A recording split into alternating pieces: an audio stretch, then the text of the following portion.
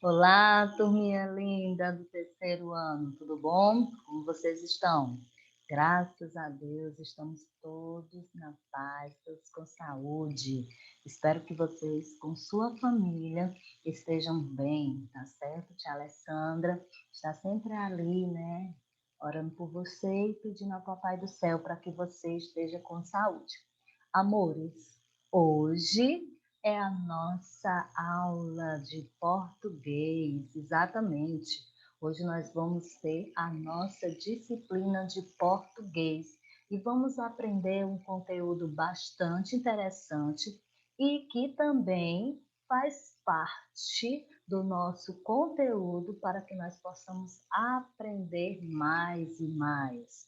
Amores, como a tia Alessandra já citou para vocês, a nossa disciplina muito importante que nós vamos aprender hoje será na disciplina de português. Então vamos lá, meus queridos. Hoje, 22 de fevereiro. Nosso assunto será sobre os dígrafos, certo? Esse assunto, gente, olha, muito importante, porque muitas vezes existem pessoas que confundem dígrafos com encontro consonantais. E hoje nós vamos saber a diferença entre os dois, tá certo? Vocês podem acompanhar esse conteúdo, está lá no seu livro, na página 42. Vejamos o seguinte: primeiro nós vamos observar a parlenda. Isso, exatamente. Nós vamos observar uma parlenda que nós iremos falar. E vocês podem acompanhar aí onde vocês estão, acompanhando aqui com a tia Alessandra. Diz assim a parlenda: chove chuva, chuvisquinho. Minha calça tem furinho. Chove chuva, chuvarada, minha calça está furada. Então, vocês podem observar o destaque destas palavras. Chuva, nós temos o CH. Furinho, nós temos o NH. O grupo CH, ele representa um único som. O mesmo acontece com o NH. Ele também representa um único som. Essa junção é chamada de dígrafo. Tia Alessandra, e o que é dígrafo? Vamos lá, vamos apresentar para vocês. Quando duas letras são usadas para representar um único som, dá-se o nome de dígrafo. Então, mais uma vez aí para que vocês possam memorizar. Quando duas letras são usadas para representar um único som, dá-se o nome de dígrafo. E essa é uma das principais regras que distingue o dígrafo do encontro consonantal, porque no encontro consonantal eu consigo ouvir o som das minhas duas consoantes que estão juntas. Quando eu falo do BR, FL, CR, eu consigo ouvir a sonoridade destas minhas consoantes. Já no dígrafo, essas duas letras, elas só representam um único som, tá certo? Então, uma dica aí para que vocês possam compreender e possam também diferenciar o dígrafo do encontro consonantal. São dígrafos da língua portuguesa. Então, na língua portuguesa, nós temos alguns dígrafos e a tia Alessandra vai ler alguns aqui para vocês. Estejam atentos. Então, nós temos LH, NH, CH, RR, SS, QU, seguidos de E ou de I. Atenção, viu? Esse detalhe quando eu estiver observando se é dígrafo, o QU somente é dígrafo quando estiver acompanhado das vogais E ou I. Da mesma maneira, o GU, ele só é dígrafo se seguido das vogais E ou da vogal I. Tia Alessandra, se o QU ou se o GU estiver acompanhado das vogais A ou O, ele não é dígrafo, certo? Então, vamos dar continuidade aqui nos dígrafos. Nós temos também SC, S cedilha, XC e XS. Então, atenção também, SC, S cedilha também só tornam-se dígrafos quando na hora que você for falar, você perceber que se trata de um único som, ok? Vamos aqui a alguns exemplos para melhor, né, a gente ter esse contato também com algumas palavras que possuem dígrafos e que vocês possam também diferenciar. Gostaria que na sua casa você estivesse também acompanhando aqui as palavras com a tia Alessandra, tá certo? Então vamos lá. Algumas palavras com o dígrafo CH. Nós temos chuva, China. Observe a pronúncia chuva, China. Quando você começa a observar, você vai observar que essas palavrinhas chu, ele possui um único som. Chi também possui um único som, mas na escrita são escritas com duas consoantes, que é o C e o H. Então, atenção na hora de escrever a palavrinha para que você possa escrever corretamente. Temos outro dígrafo, o LH. E quais são os exemplos? Alho, milho. Com NH, nós temos sonho, venho. RR. Gente, detalhe. RR é usado unicamente entre as vogais. Então, nunca você deverá escrever o RR no início da palavra e também não poderá escrever o RR no final da palavra. RR será usado unicamente entre as vogais. Exemplo: barro, birra, burro. Da mesma forma, o SS é usado unicamente entre as vogais. Isso quer dizer, nunca você poderá usar o SS no início e nem no final das palavras. Ele será usado unicamente entre as vogais. Exemplo: assunto, acento, isso. Com SC, nós temos ascensão, descendente. Com S cedilha, nós temos nasço, cresça. XC, exceção, excesso. Ai, tia Alessandra, mas quando nós pronunciamos, eu pensava que era escrito só com E e não tinha esse X, não. Não, ele é escrito com X e com C. Por isso, estejam atentos para que vocês possam sempre estar em contato com os seus livros, um dicionário, novas palavras para que vocês possam conhecer a escrita correta destas palavras.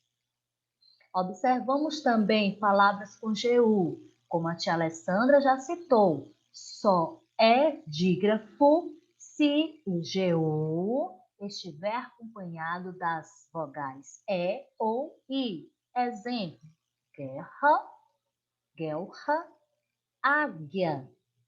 Nós temos outro exemplo aqui no QU também. Só é dígrafo se estiver acompanhado das vogais E ou I. Questão, quilo.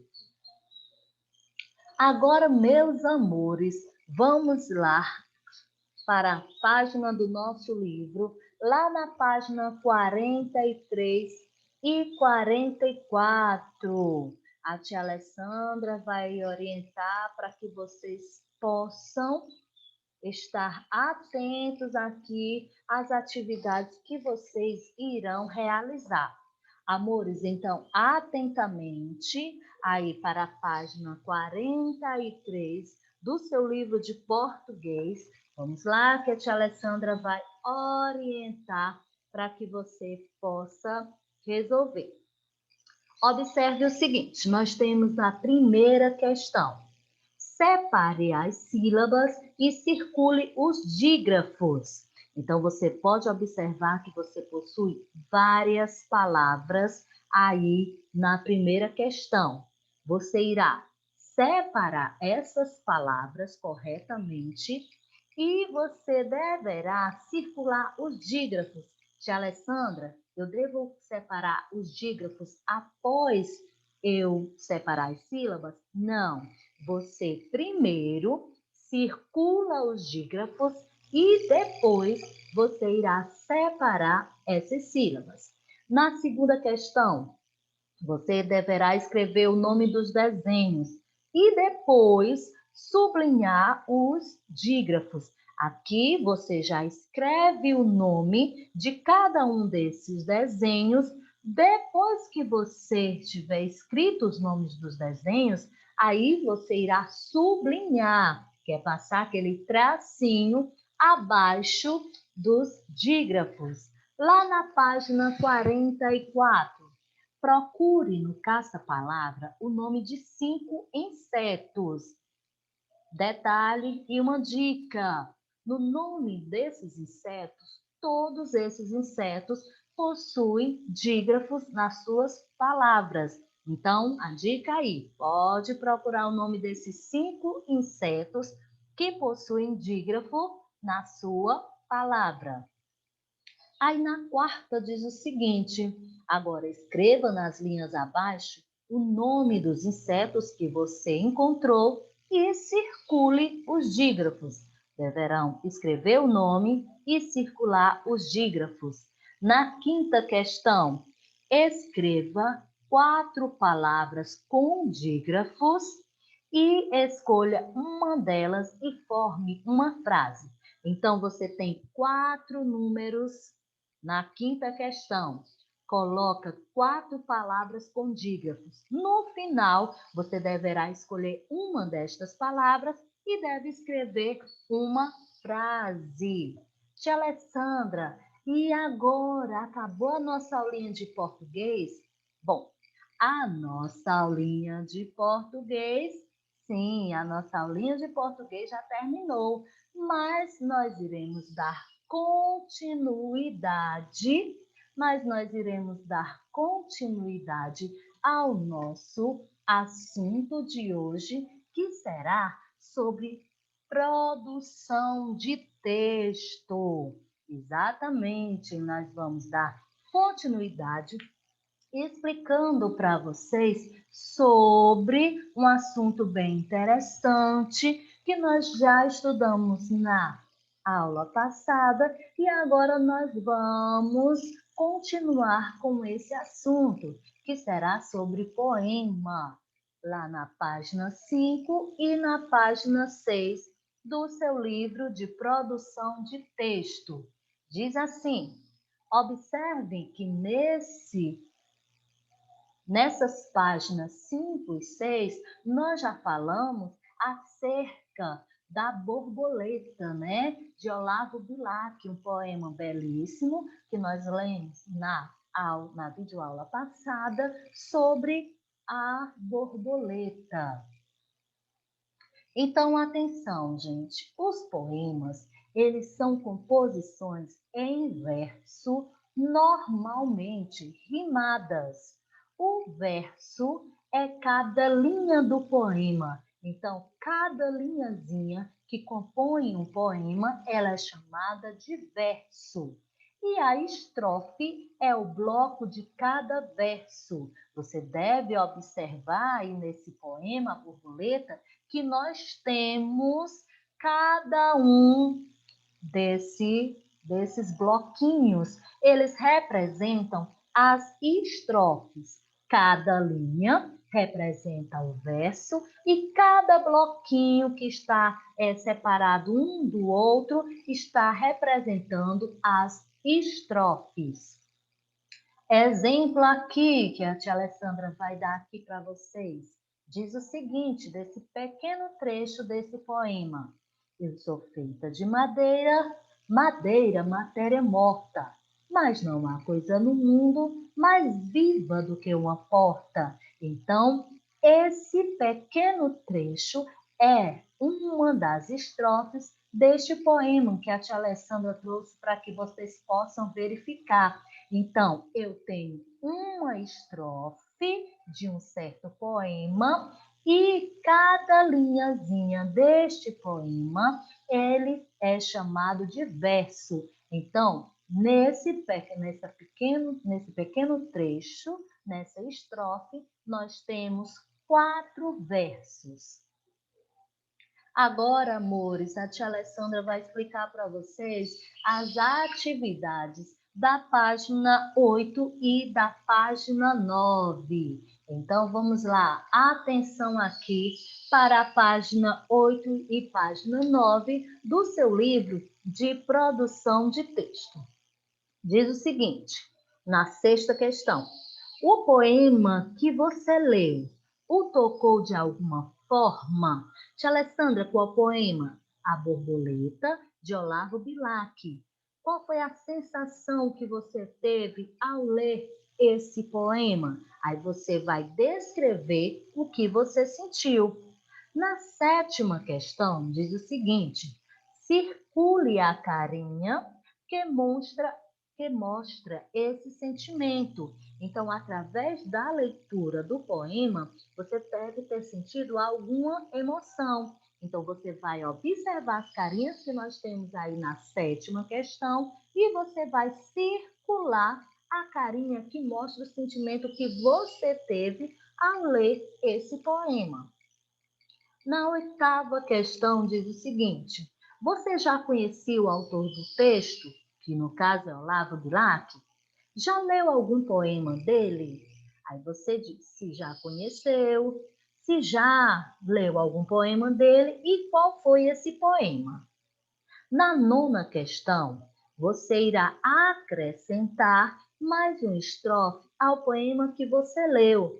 Lá termina daquela maneira, mas você vai usar a sua criatividade e vai formular mais uma estrofe a esse poema. Então, vamos lá para a 10ª questão. Você agora vai ser o autor do seu próprio poema. Você vai escrever um poema com 2 estrofes. Observe as seguintes orientações. Primeiro, você deverá escolher um assunto do seu interesse. Qual o assunto que mais lhe atrai? Ai, tia Alessandra, eu gosto de desenho, eu gosto de animais, eu gosto de vegetação, eu gosto de paisagem. Então, escolha um desses assuntos que você acha mais interessante.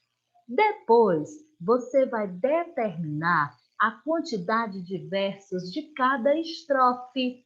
Ah, tia Alessandra, eu quero fazer 5 versos em cada uma das minhas estrofes, porque você sabe que você deverá fazer 2 estrofes, mas a quantidade de versos, a quantidade de linhazinhas que você pode escrever está à sua escolha. Terceiro, você vai selecionar palavras que rimam e que estejam relacionadas ao assunto escolhido. Como já relatamos, para vocês, a maioria dos poemas, eles possuem rimas. Então você lá, quando você novamente releu o poema A Borboleta, você irá perceber que existem rimas entre as palavras. Aí você vai procurar palavras que rimam. Agora, detalhe, gente, você deve procurar estas palavras que rimam, mas que estejam relacionadas ao assunto que você escolheu. Bom, meus amores, essa foi a nossa aula de hoje. Que Deus abençoe a vida de cada um de vocês e eu espero vocês nas nossas próximas videoaulas. Beijão para todos vocês. Tchau, meus amores.